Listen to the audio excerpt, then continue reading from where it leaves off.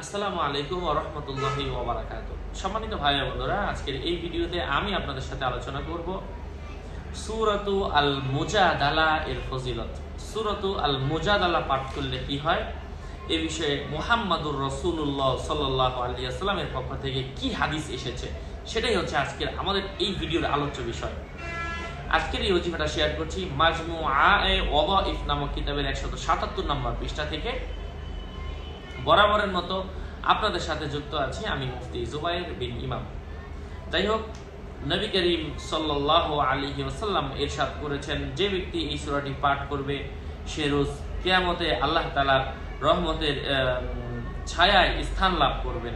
কোনো কঠিন সমস্যা সামনে আসলে বা কোনো ভীষণ বিপদের সম্মুখীন হলে এই সূরা 42 বার যদি কেউ পাঠ করে আল্লাহ তাআলার দরবারে মোনাজাত করে, আল্লাহ তাআলা সাথে সাথে মুহূর্তের মধ্যে তার সকল সমস্যার সমাধান করে দেন, বিপদ থেকে মুক্ত করে দেন।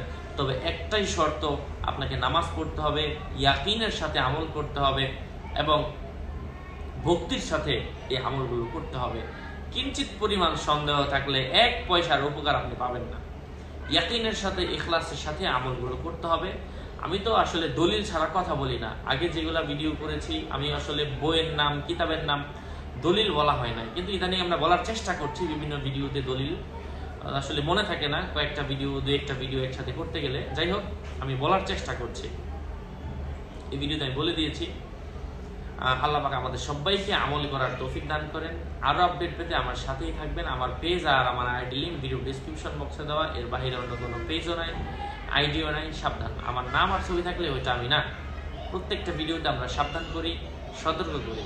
যাই হোক, আর ডিসক্রিপশন বক্সে ক্লিক করলে আমার পেজ এবং আমার আইডি আসবে। এর বাইরে অন্য কোনো পেজও নাই, আইডিও নাই। জুবায়ের বিন ইমাম নামে, হুমায়ুন হাবিব নামে অথবা আরো হাজারো ধরনের নাম ব্যবহার করে আমার বিভিন্ন ভিডিওগুলো দিয়ে মানুষকে ধোঁকা দিচ্ছে, বিভিন্ন আইডি খুলে মানুষকে ধোঁকা দিচ্ছে। এই জন্য সাবধান, আমার নাম আর ছবি থাকলে ওইটা আমি না। প্রত্যেকটা ভিডিওতে আমরা সাবধান করছি, সতর্ক করছি। আসসালামু আলাইকুম ওয়া রাহমাতুল্লাহি ওয়া বারাকাতুহু।